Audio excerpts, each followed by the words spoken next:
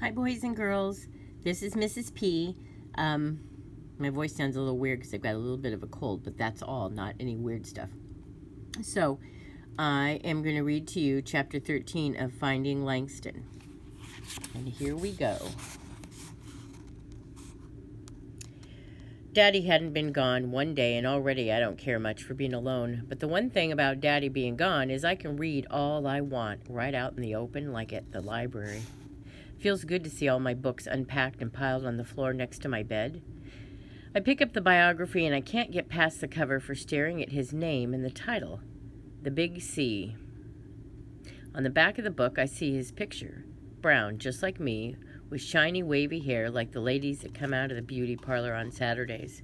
His smile reminds me of the pictures I saw lined in a row, the esteemed Negro writers Miss Kimball talked about when I first visited the library.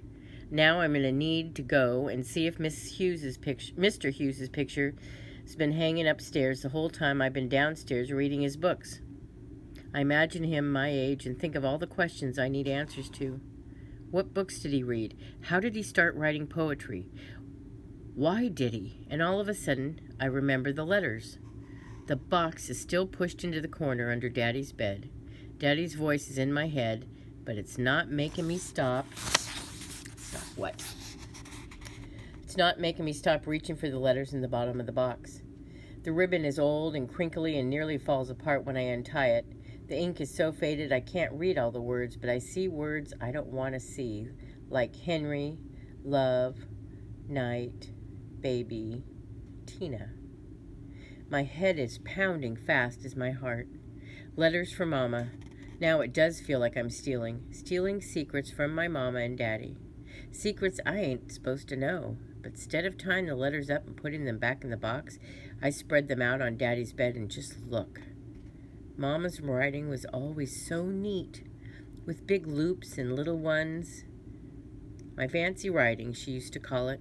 I always keep a piece of Mama with me wherever I go, and now I know Daddy does too in this box under his bed. Now I took his piece too. I start folding up each letter neat as I can, but stop when I get to the last one. My black one. Thou art not beautiful, yet thou hast a loveliness surpassing beauty. Mama was so tired after working our plot and putting dinner together she could barely keep her eyes open after supper. Ain't no way she sat and wrote poetry. There's so many questions in my head I can't think. A loveliness surpassing beauty. Wish I could have seen what Daddy wrote back if he did. Is this what they whispered at night when I had to cover my head with my pillows? I finished folding up the letters and tie the ribbon, slip them back in the box and sit on Daddy's bed. Tired now, but not sleepy. Gotta head over to Miss Fulton's for supper soon, so I put my books back in the satchel. All except the biography. I turned to the first page, still thinking about how you could know someone so well, but not know them at all. I make myself keep moving so I'm not late for school again. I just added that word by myself. It doesn't say again. I make myself keep moving so I'm not late again for school. Without Daddy moving fast in the morning, keeping me going till we get out the door, it seems like I can't make myself move fast. Daddy told Miss Fulton I can make my own breakfast, only I wish he hadn't, because after I burned the last 2 pieces of bread, I had to eat some crackers and a nasty shriveled up apple. I bet Miss Fulton makes a mean breakfast with eggs and sausage and gravy.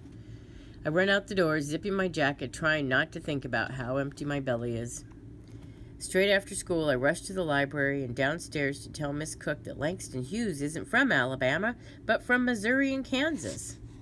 On the map at school, I saw they are next-door neighbors to Illinois.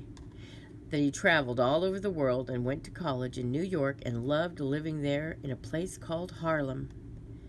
That's when he traveled the world and lived far from his mama, and he was lonely too and wrote poems about it. That Clem is standing at the desk talking to Miss Cook. They followed me here? I look around quick for Lyman and Errol and don't see them anywhere, but that don't make no sense. Clem bothers with me if Lyman's around. I'm standing still, not knowing which way to turn, and Clem looks up, stares right at me. You boys know each other from school? Miss Cook asked, just as sweet as can be. Nope, we both say at the same time. Oh, pardon me. You look like you knew each other. She stamps the book Clem's holding. These are back in 2 weeks, Clem, she says. Clem walks past me with his head down. Something inside me starts growling till my chest is pounding. I follow him out and take the steps 2 at a time behind him. At the top, I say, "You here with Lyman and Errol?" "Get away from me, country boy," he says and keeps on walking. I grab his arm to stop him. "I ain't your country boy." Words coming out louder than I knew they could. Don't know when I've been this mad. "You can't be following me here." "Boys," Miss Cook says from the bottom of the stairs, "keep your voices down." Hey, that sounds like me, huh? "Look, I ain't here with Lyman or Errol. Just came to get some books is all." Here in the stairwell, Clem looks so small and skinny, me and my big self looks like I could crush him without trying hard. I let his arm go. "This where you come after school?" Clem asks. "Why are you asking? You bringing Lyman back?" "He don't know. I come by myself some Thursdays when my mama gotta work late for her family." My mind is working hard, trying to figure if he's lying or tricking me, or just likes books as much as I do, and all I can get out is, "You come every day?" Clem asks, like everything's okay between us when he knows it ain't. "What's it to you?" I ask. "You ever come when those big-time writers are here for their meetings? Once there was so many folks upstairs, Miss Kimball came downstairs to get extra chairs." "What big-time writers?" I ask, before I remember I'm not even supposed to be talking to Clem. But I'm hoping Clem knows more about the writers upstairs in the pictures. I don't know any of their names, but Miss Kimball said they're famous, that their work is important. The last words he says with a fancy girl's voice as he stretches his neck forward and blinks fast and then laughs. I can't help but smile a little bit.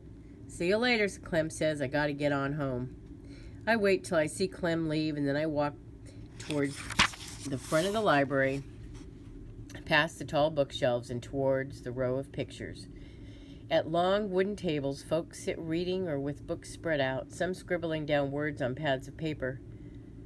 At other tables, folks are whispering together, and I make sure no one's watching me, and then I walk to the end of the row. The first picture is a woman, the second too. That makes me stare a little longer, because I never knew women wrote books, especially colored women. But here are their pictures on the wall and their names underneath: Margaret Walker and Gwendolyn Brooks. I keep walking down the row past Richard Wright, Arna Bontemps, and then I stop in front of Langston Hughes. I don't even need to look down at his name to recognize his face and shiny wavy hair. Don't know how long I stand before I hear, "Excuse me," behind me. Sorry. An older lady is waiting to get past, and I move to the side. Shame now to have been standing staring at pictures I know no one else ever stops to look at. I head on back downstairs, but now, sitting at the table with my books, I'm just pretending to read. My mind is wondering if I'll ever meet Langston Hughes at the library, and wondering too if Clem is going to tell Lyman he saw me here. I feel Miss Cook's hand on my back. She leans over. "Is everything okay, Langston?" she asks. I look at her and I nod, packing up my books. Walking home, I think about me chasing after Clem, and I feel lighter somehow. It's not till I get to my steps that I realize it's the first time I ever yelled at someone.